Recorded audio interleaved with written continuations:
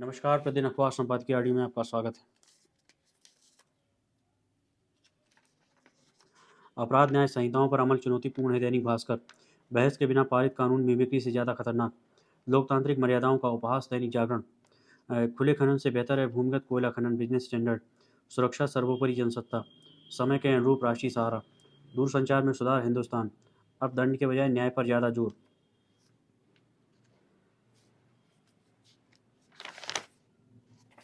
अब आर्टिकल विस्तार से। अपराध न्याय संहिताओं पर अमल चुनौतीपूर्ण है। दैनिक भास्कर। कोई कानून या संहिता कितनी अच्छी या बुरी है तब पता चलता है जब वो अमल में लाई जाती है। 3 क्रिमिनल लॉ भले ही संसद में असाधारण स्थितियों में पारित हो गए हैं, लेकिन नागरिकों को न्याय दिलाने के उद्देश्य वाला दावा इनके अमल से ही पता चलेगा। 31 सदस्यीय संसदीय समिति का मात्र कुछ बैठकों में इतने व्यापक बिल पर सम्यक चर्चा और संस्तुति प्रक्रिया की शुद्धता पर प्रश्न खड़ा करता है। फिर इसे अपेक्षा करना कि आम सांसद मात्र 48 घंटे में इन्हें पढ़ समझकर पारित करें, सही कदम नहीं माना जा सकता। संसद में 2/3 विपक्षी सांसदों की उपस्थिति में इनका पारित होना जनता में सकारात्मक संदेश नहीं देता। जहाँ तक न्याय प्रक्रिया के तमाम पहलुओं जैसे रिपोर्ट, चार्जशीट, कोर्ट द्वारा संज्ञान, जमानत और फैसले को समय सीमा में बांधने का सवाल है, ये सुनने में तो अच्छा लग सकता है, पर अमल में लाना आसान नहीं है। भारत में पुलिस आबादी अनुपात 152.80 प्रति लाख है, जो अंतर्राष्ट्रीय स्तर से काफ़ी कम है। लिहाजा पुलिस को समय सीमा में बांधने पर अभियोजन की गुणवत्ता और खराब हो सकती है। फिर क्या कोर्ट से अपेक्षा की जा सकती है कि वे निर्णय में जल्दबाजी करें। प्रयास भले ही अच्छा है, पर अमल में लाना चुनौतीपूर्ण है। बहस के बिना पारित कानून मिमिक्री से ज़्यादा खतरनाक।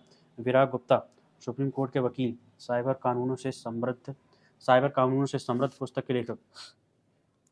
संसद में ऐतिहासिक कानून पारित होने के समय बहस के बजाय विपक्षी सांसद मिमिक्री विवाद में पड़कर निलंबित हो बैठे हैं। केंद्र सरकार भी महत्वपूर्ण कानूनों को फाइनल करने से पहले राज्यों के साथ ठोस परामर्श नहीं कर रही है। मुक्त अर्थव्यवस्था की आड़ में टेक और टेलीकॉम कंपनियों को फ्री हैंड देने से स्वदेशी उद्यम, रोजगार सृजन और राष्ट्रीय सुरक्षा के पहलुओं की अनदेखी करना ठीक नहीं है। सरकार को यह समझने की जरूरत है कि औपनिवेशिक कानूनों को बदलने के चक्कर में संकट के नए दलदल बनाने से विकसित भारत का सपना गड़बड़ा सकता है। इसके 5 पहलुओं को समझें।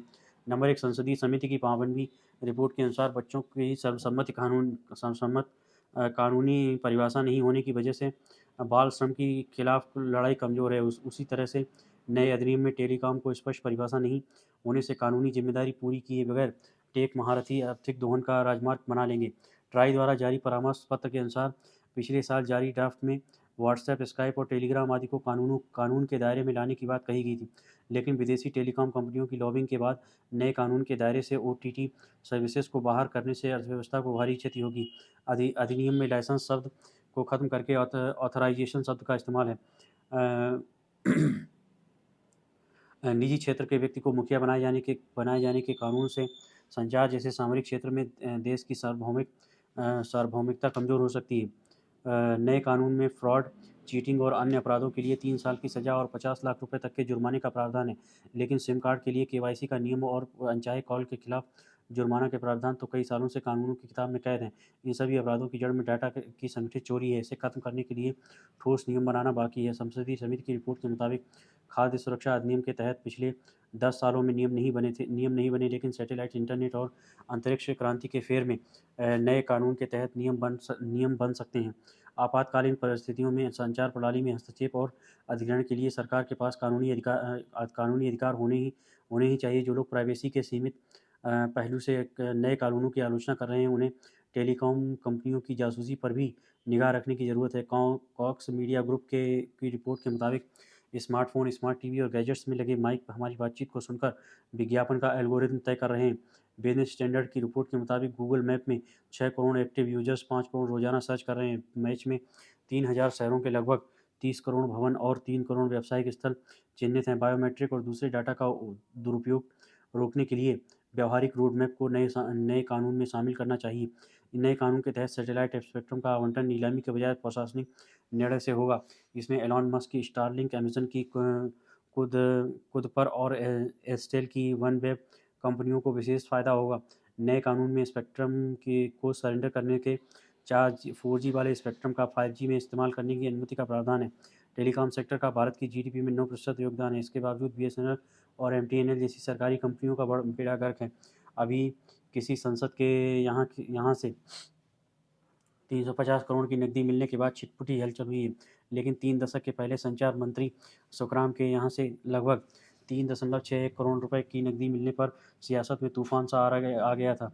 उसके बाद कैग की रिपोर्ट में स्पेक्ट्रम आवंटन से 1.76 लाख करोड़ रुपए के नुकसान के दावे ने यूपीए सरकार की कब्र खोद दी। नीरा राडिया टेप और ए राजा की गिरफ्तारी से भ्रष्टाचार के खिलाफ माहौल गर्मा गया था।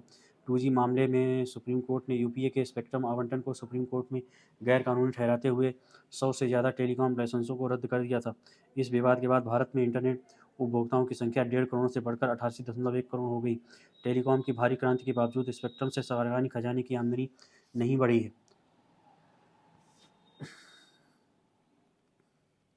लोकतांत्रिक मर्यादाओं का उपहास। दैनिक जागरण। अवधेश कुमार, लेखक, राजनीतिक विश्लेषक एवं वरिष्ठ स्तंभकार हैं। भारत के लोकतांत्रिक इतिहास में संसद के किसी सत्र में इतनी बड़ी संख्या में सांसद निलंबित नहीं हुए हैं जितने मौजूदा शीतकालीन सत्र में हो चुके हैं। इस निलंबन से सतही तौर पर यही ध्वनित हुआ है कि सत्ता पक्ष विपक्षी दलों के विरोध को सहन नहीं कर पा रहा है। क्या यही सच है? अब जब संसद का शीतकालीन सत्र एक दिन पहले ही समाप्त हो गया, तब फिर इसका उत्तर तलाशते हैं। कांग्रेस के वरिष्ठ नेता शशि थरूर ने अपने निलंबन से कुछ मिनट पहले एक्स पर पोस्ट किया कि अपने संसदीय जीवन में वह पहली बार प्ले कार्ड लेकर वेल यानी स्पीकर के आसन के सामने गए और अब निलंबन की घोषणा का इंतजार कर रहे हैं। उन्होंने दलील दी, निलंबित सांसदों के साथ एकजुटता दिखाने के लिए उन्होंने ऐसा किया। क्या इसके बाद ये बताने की आवश्यकता है कि अधिकांश विपक्षी सांसदों ने जानबूझकर ऐसी स्थिति उत्पन्न की जिससे उनका निलंबन हो जाए? वे कहने को भले ही दावा करें कि उनकी आवाज़ दबाई जा रही है, लेकिन देश के विवेकवान लोग इससे भलीभांति परिचित हैं कि विपक्षी सांसद सुनियोजित ढंग से ऐसा कर रहे हैं। उन्हें पता है कि प्ले कार्ड लेकर वेल में जाएंगे और समझाने पर नहीं मानेंगे तो उनका निलंबन होगा। प्ले कार्ड और नारेबाजी से उनका संदेश यही है कि आप हमें किसी तरह निलंबित करिए। वर्तमान में अपनी गतिविधियों से विपक्ष ऐसा माहौल बनाना चाहता है जिससे यह देश संदेश जाए कि मोदी सरकार संसद को सुरक्षित रखने में विफल रहने के साथ ही विपक्ष के सवालों से भी बच रही है। यानी अब संसद सदस्य चर्चा कर ही नहीं सकते। आवाज़ उठाने पर निलंबन होगा तो फिर वहाँ क्यों रहें? लगता है कि देश में राजनीतिक अस्थिरता के माहौल का संदेश देने की रणनीति पर काम किया जा रहा है। हाल ही में विधानसभा चुनाव के दौरान परास्त हुए विपक्षी दलों को संसद के माध्यम से एक नए सिरे से एकजुटता दिखाने का अवसर मिल गया है। संसद की सुरक्षा में जिस प्रकार सेंध लगी है वह निसंदेह गहरी चिंता का विषय है। उसकी गहन जांच पड़ताल के साथ ही उस पर पर्याप्त चर्चा भी होनी चाहिए। हालांकि इसमें अड़ियल रवैया कारगर नहीं है, लेकिन विपक्ष इसी पर अड़ा है कि संसद की सुरक्षा चूक पर गृह मंत्री अमित शाह उत्तर दें। वहीं लोकसभा अध्यक्ष का कहना है कि संसद परिषद की सुरक्षा का दायित्व इनके पास है, तो वहीं अब इस पर जवाब देंगे। ऐसे में गृह मंत्री का बयान आवश्यक नहीं है। इस स्थिति में बीच का कोई रास्ता असंभव हो गया है। विपक्ष की रणनीति ऐसी ऐसी होनी ही चाहिए थी जिसमें सरकार को उत्तर देने के लिए विवश किया जाए। इसके बजाय विपक्षी संसद भवन के मकर द्वारा धरना देते हुए संसद की छद्म कार्रवाई का आयोजन करते रहे। इसी में तृणमूल कांग्रेस के सांसद कल्याण बनर्जी ने उपराष्ट्रपति और राष्ट्रपति के सभापति जगदीप धनखड़ की नकल उतारी। जिस कई सांसदों ने इसका वीडियो बनाया। सरकार का विरोध एक बात है, लेकिन विरोध का तरीका और उसमें आसन को लेकर ऐसे उपहासात्मक आचरण को देश सकारात्मक और अच्छी दृष्टि से कतई नहीं देखेगा। ऐसा करके विपक्ष ने प्रकारांतर से यही संदेश दिया है कि वह केवल सरकार ही नहीं बल्कि संसद के पीठासीन अधिकारियों के भी विरुद्ध है। लोकसभा अध्यक्ष और उपराष्ट्रपति निर्वाचन के पूर्व किसी राजनीतिक दल के सदस्य हो सकते हैं, लेकिन संवैधानिक पद पर किसी दल उनकी भूमिका को निष्पक्ष मानकर ही व्यवहार करते हैं। वर्तमान समय में विपक्ष ने इस मर्यादा को भी दुखद तरीके से तोड़ा है। अगर आप जानबूझकर प्ले कार्ड और तख्तियां लेकर वेल में जाते हैं, हंगामा करते हैं, तो यह आसन का ही अपमान होता है। यह भी एक तथ्य है कि अभी तक विपक्ष के किसी नेता ने संसद पर आतंकी हमले की बरसी पर सुरक्षा में सेंध लगाने वाले लोगों की आलोचना नहीं की है। इसके विपरीत उनकी भाषा में उनके प्रति सहानुभूति और समर्थन दिखता है। कुछ ने तो उसका महिमामंडन भी किया है। आखिरकार वे इसे आक्रोशित बेरोजगारों द्वारा सरकार की विफलताओं को प्रकट करने वाला कार्य बताकर कैसा माहौल बना रहे हैं। ऐसी घटना का समर्थन देश में हिंसक अराजकता को प्रोत्साहित करेगा। अभी तक की जांच रिपोर्ट में ऐसा कतई साबित नहीं होता है कि 6 लोगों के समूह का इस निंदनीय घटना के पीछे कोई सकारात्मक उद्देश्य था।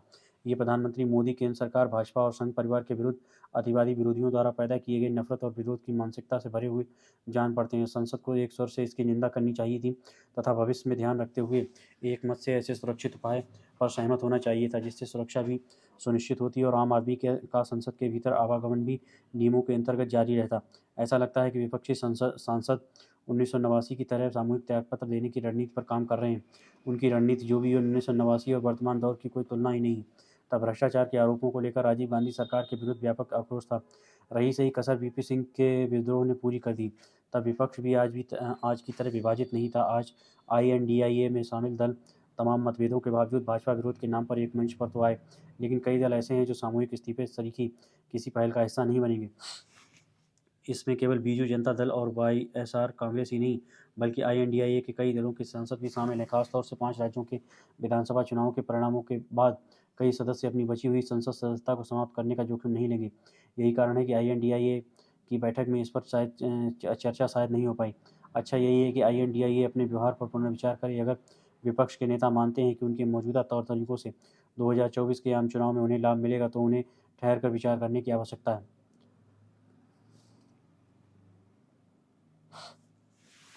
खुले खनन से बेहतर है भूमिगत कोयला खनन, बिजनेस स्टैंडर्ड।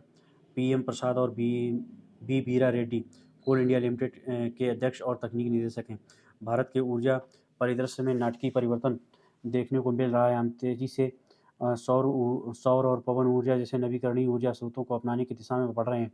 बदलाव की इस प्रतिस्पर्धा में हरित हाइड्रोजन, पंपों युक्त भंडारण, जल विद्युत, गुरुत्व ऊर्जा भंडारण और ऊर्जा भंडारण प्रणालियां आदि शामिल हैं। कार्बन उत्सर्जन तीव्रता को कम करने के लिए देश की राष्ट्रीय स्तर पर निर्धारित योगदान एनडीसी को ध्यान में रखते हुए सामूहिक उद्देश्य प्रदूषणकारी जीवाश्म ईंधन को त्यागना है। यही वजह है कि कोयला निशाने पर है।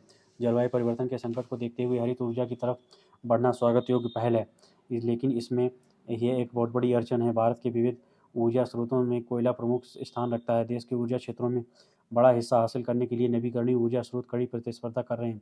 चालू वित्त वर्ष में अक्टूबर तक नवीकरणीय ऊर्जा उत्पादन 15.7 अरब यूनिट वृद्धि के साथ सालाना आधार पर 139.76 अरब यूनिट पहुंच गया है। इसके बावजूद देश के कुल 1045.85 अरब यूनिट बिजली उत्पादन में इसकी हिस्सेदारी मात्र 13.36% ही है। कोयला से बनने वाली ऊर्जा की हिस्सेदारी नवीकरणीय ऊर्जा के मुकाबले 5.24 गुना अधिक यानी 732.09 अरब यूनिट है। नीति आयोग एवं कुछ स्वतंत्र कुछ स्वतंत्र अंतर्राष्ट्रीय एजेंसियों के अनुमान के मुताबिक भारत में कोयले का इस्तेमाल 2030 तक चरम पर होगा और इसके अगले दशक तक यह स्थिर स्तर पर बना रहेगा। यह स्थिति तब है जब भारत विश्व की शीर्ष अर्थव्यवस्थाओं में सबसे तेजी से नवीकरणीय ऊर्जा अपनाने वाला देश है। यद्यपि कोयले की कीमत पर नवीकरणीय ऊर्जा क्षमता में वृद्धि होने की आशा की जा रही है और देश में कुल ऊर्जा मांग लगातार बढ़ रही है। इसका मतलब यह हुआ कि आवश्यक कोयले की मात्रा तो बढ़ जाएगी, लेकिन ऊर्जा हिस्सेदारी में इसका प्रतिशत घट जाएगा। यदि भारत को अपने राष्ट्रीय स्तर पर निर्धारित योगदान को हासिल करना है तो उसके पास दो विकल्प हैं। एक यह या तो वह इसके इस्तेमाल में तेजी से कमी लाए अथवा पर्यावरण अनुकूलन खनन प्रक्रिया अपनाए। पहला विकल्प तो लगभग असंभव है, क्योंकि इस मोड़ पर कोयले के उपयोग रोक देने से देश के ऊर्जा क्षेत्र के लिए बड़ा संकट खड़ा हो जाएगा। इसका उपयुक्त तरीका पर्यावरणीय अनुकूल खनन यानी भूमिगत खनन करना ही बचता है। खुली खनन पद्धति की अपेक्षा भूमिगत खनन के बहुत अधिक फायदे हैं। पर्यावरण के स्तर पर भी यह अधिक अच्छा स्वच्छ तरीका है। दूसरा, इसके लिए अधिक भूमि खुदाई की जरूरत नहीं होती है और भूमि अधिग्रहण के झंझट से बचने के साथ साथ वनों की रक्षा भी होती है।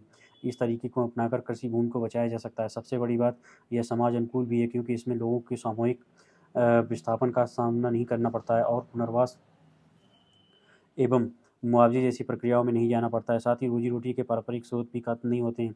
विशेष यह है कि भूमिगत खनन से मिलने वाला कोयला बेहतर गुणवत्ता वाला होता है और इससे उच्च श्रेणी के कोयले का आयात कम करने में मदद मिलती है।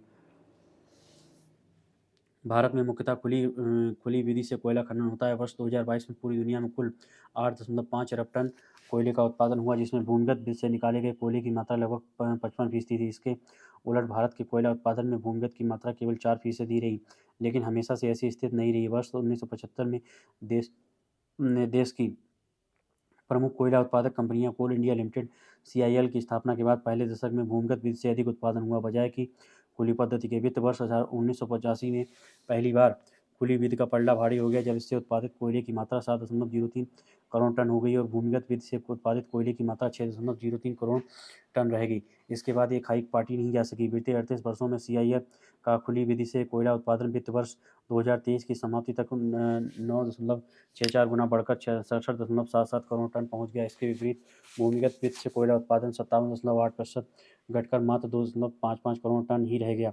इस गिरावट के प्रमुख कारण लगातार घाटे की ओर बढ़ता उत्पादन, भूमिगत खनन प्रक्रिया की लंबी अवधि, कुशल श्रमिकों का अभाव, स्वदेशी उपकरण बनाने वालों की अनुपलब्धता और विभागीय उत्पादन लागत का अधिक होना आदि रहे हैं। परिवहन और सांख्यिकी दृष्टि से वैश्विक औसत तक पहुंचना तो अब असंभव सा लगता है, लेकिन वित्त वर्ष 2030 तक भूमिगत वित्त से कोयला उत्पादन को 4 गुना बढ़ाकर 100 करोड़ टन करने के लिए CIL ने महत्वाकांक्षी योजना तैयार की है। बेशक इस लक्ष्य को हासिल करने के लिए कंपनी को भारी चुनौतियों से गुजरना होगा, फिर भी एक केंद्रित नीति ढांचा और बड़े पैमाने पर पर्यावरण अनुकूल उत्पादन प्रौद्योगिकी उपलब्ध होने पर यह संभव हो सकता है। घरेलू विनिर्माण और मेक इन इंडिया को बढ़ावा देने के लिए खनन उपकरणों का मानकीकरण भी इसमें खासी मदद कर सकता है।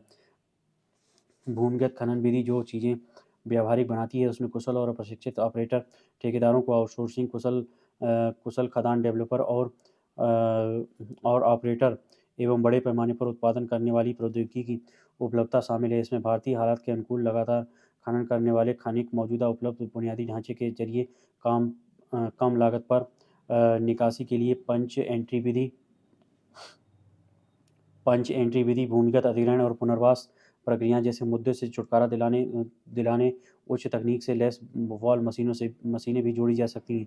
साथ साथ पेस्ट किल तकनीक भी लाभप्रद होती है। भूमिगत खनन विधि में खाली हुई जगह को भरने के लिए पारंपरिक रेत के बजाय फ्लाई ऐश का इस्तेमाल किया जाता है। भूमिगत खनन विधि धरातल पर किसी प्रकार की अड़चन पैदा किए बिना चल सकती है।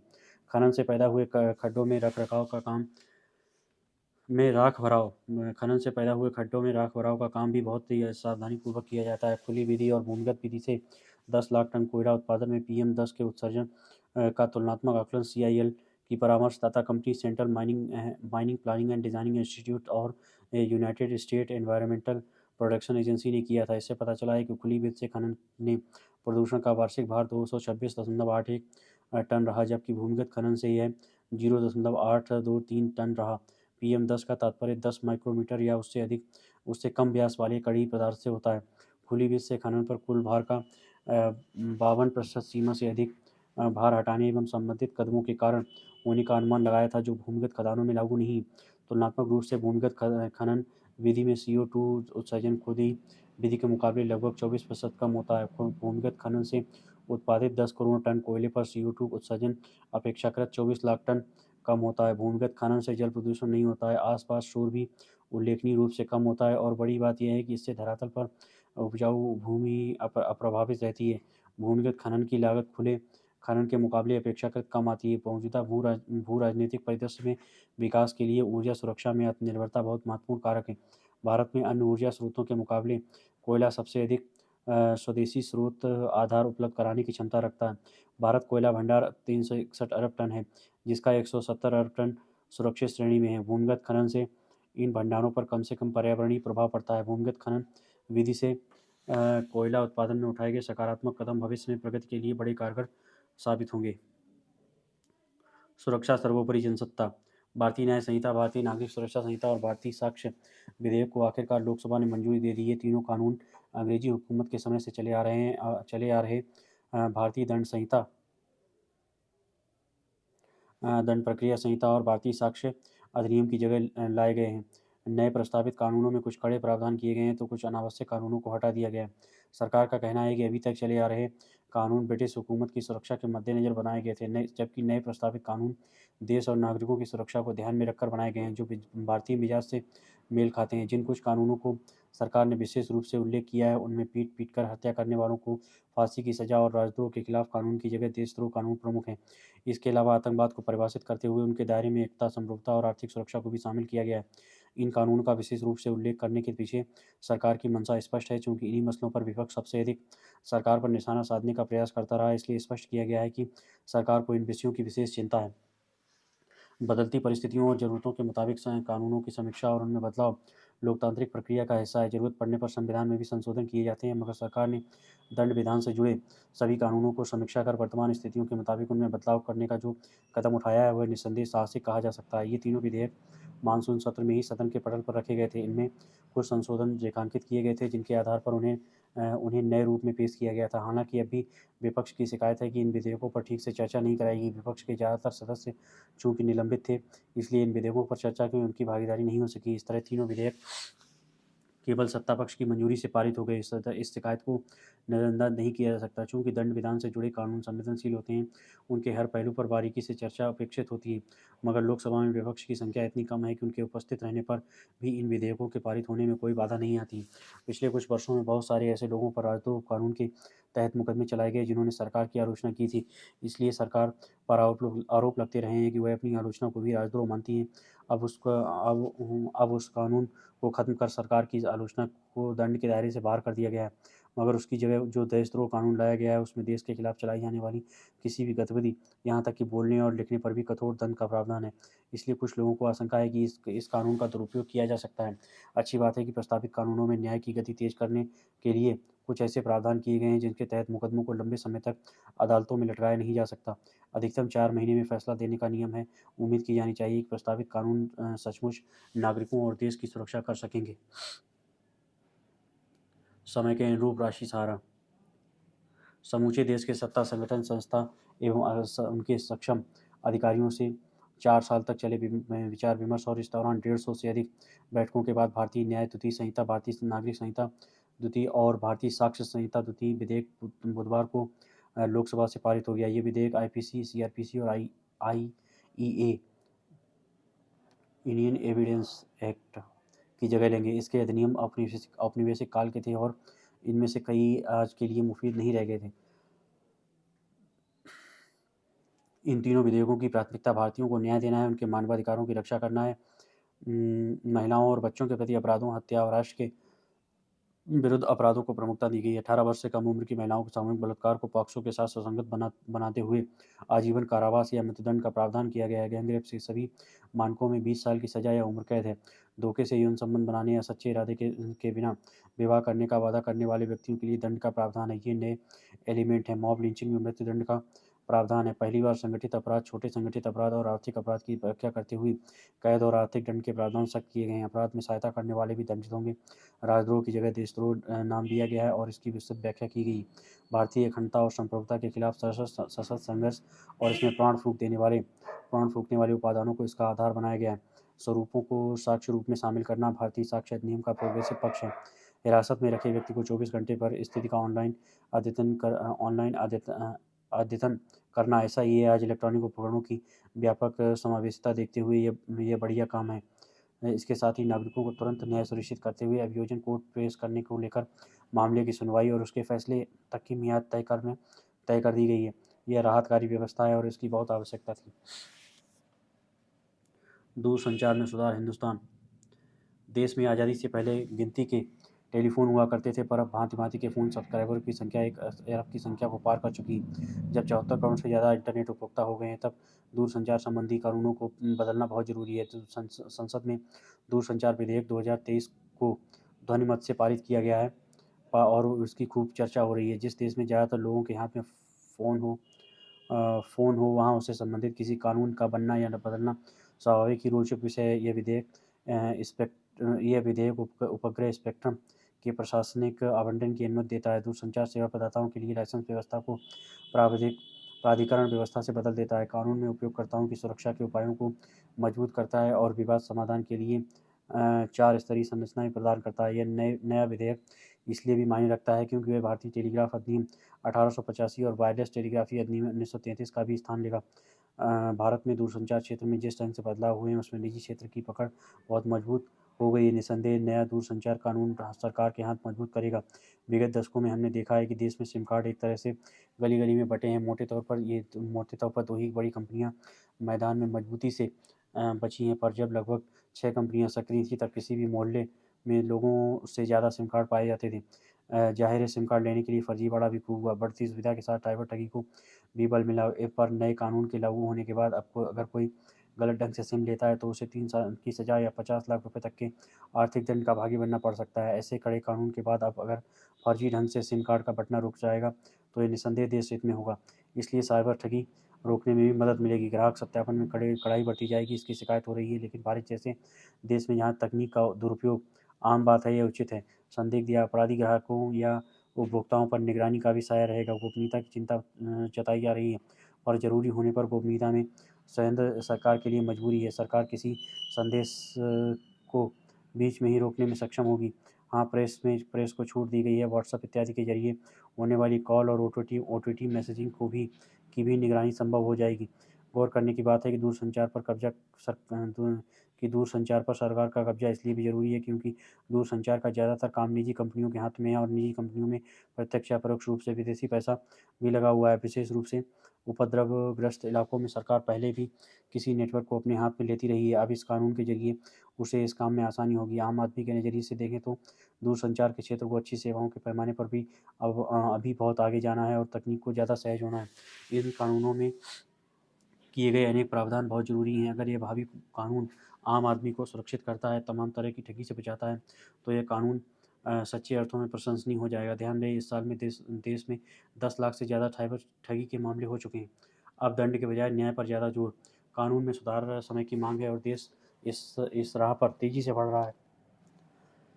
संसदीय समिति की अनुशंसा के बाद आपराधिक कानूनों में व्यापक सुधार की पीठिका तैयार हो गई थी। अब भारतीय दंड संहिता 1860, भारतीय साक्ष्य अधिनियम 1872 तथा मूलतः 1878 में तैयार की गई दंड प्रक्रिया संहिता की जगह अब नए कानूनों को 20 दिसंबर को लोकसभा की मंजूरी मिल गई है। देश के आम लोगों की नज़र से भी वह खुशी की बात है। राज्यसभा से पारित होने तथा राष्ट्रपति की सहमति के बाद ये पुराने कानूनों की जगह ले लेंगे।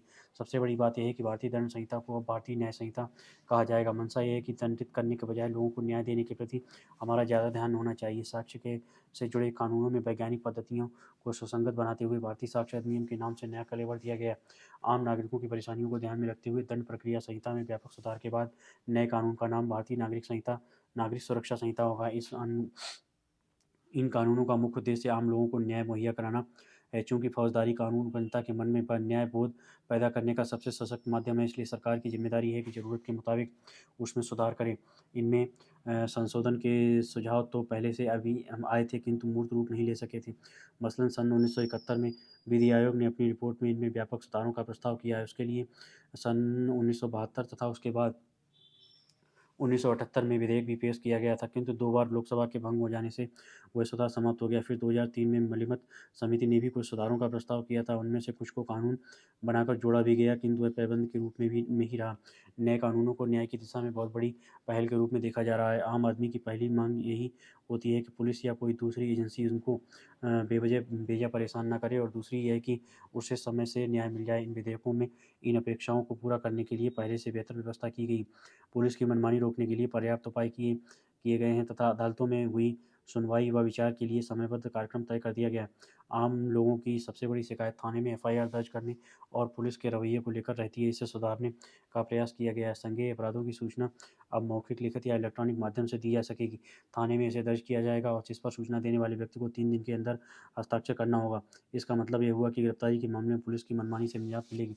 रिपोर्ट दर्ज होने में होने वाली हीला हवाली दूर करने के लिए भी ये व्यवस्था की गई है कि अब कहीं कहीं से भी ईमेल से किसी अपराध की सूचना किसी थाने में दर्ज कराई जा सकेगी। महिलाओं के खिलाफ होने वाले अपराध के मामले में साफ तौर पर कहा गया है कि पीड़िता के बयान को केवल महिला अधिकारी द्वारा ही दर्ज किया जाएगा। आम आदमी की दूसरी शिकायत पुलिस के व्यवहार को लेकर रहती है। बगैर बगैर लिखा पढ़ी लोगों को थाने में बैठा लेने और उनके निकट संबंधियों को यह जानकारी नहीं देने या उनके साथ मानवीय व्यवहार न करने की शिकायतें आम है। अब गिरफ्तार करने वाले पुलिस अधिकारी का नाम, उसकी पहचान और उसका नंबर उसकी वर्दी पर ऐसी जगह लिखा होना चाहिए जहां से उसे आसानी से पढ़ा और देखा जा सके। गिरफ्तारी के समय एक अभिलेख तैयार किया जाएगा जिसे मौजूद गवाहों द्वारा सत्यापित किया जाएगा। गवाहों में कम से कम एक व्यक्ति, गिरफ्तार किए जाने वाले व्यक्ति के घर का सदस्य या मित्र या समाज का कोई सम्मानित व्यक्ति अवश्य होना चाहिए। यदि ऐसा कोई व्यक्ति उपलब्ध नहीं है तो गिरफ्तार किए जाने वाले व्यक्ति द्वारा उस व्यक्ति का नाम दिया जा सकता है जिससे उसकी गिरफ्तारी की सूचना दी जानी हो। गिरफ्तार व्यक्ति को पूछताछ के दौरान अपने वकीलों से भी मिलने का अधिकार होगा। अब 3 वर्ष से कम सजा वाले मामलों में गिरफ्तारी से पहले वरिष्ठ पुलिस अधिकारियों की अनुमति लेनी होगी तथा 3 से 7 वर्ष तक की सजा वाले अपराधों में अभियुक्त को गिरफ्तार करने से पहले प्रारंभिक जांच से यह सुनिश्चित करना जरूरी होगा कि अपराध किया गया है। अदालतों में होने वाली देरी को कम करने के लिए इस विधेयक में पुलिस व अदालतों के लिए समय सीमा तय कर दी गई है। अब पुलिस के पास किसी भी मामले की जांच के लिए अधिकतम 180 दिन का समय होगा। उसके बाद अदालत को 60 दिनों का समय दिया गया है जिसमें अभियोग तय करने की कार्रवाई की प्रक्रिया पूरी करनी होगी। सुनवाई होने के बाद अदालत को 30 दिन के अंदर ही फैसला देना होगा, जिसे 7 दिनों के अंदर ऑनलाइन उपलब्ध कराना होगा। लोक सेवकों से जुड़े अपराध के मामले में जहां मुकदमा चलाने के लिए विभागीय अनुमति की जरूरत है, वहां निर्णय लेने वाले अधिकारी को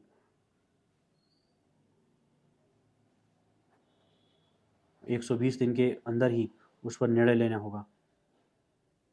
यदि इस समय सीमा में कोई निर्णय नहीं लिया जाता है तो उसके बाद यह मान लिया जाएगा कि अनुमति दे दी गई है और मुकदमा चलाया जा सकता है। वैसे दुष्कर्म व महिलाओं के विरुद्ध होने वाले कुछ अपराधों तथा मानव तस्करी जैसे मामलों में किसी भी प्रकार की अनुमति की जरूरत नहीं होगी। सजा के मामले में भी एक ऐतिहासिक पहल की गई है।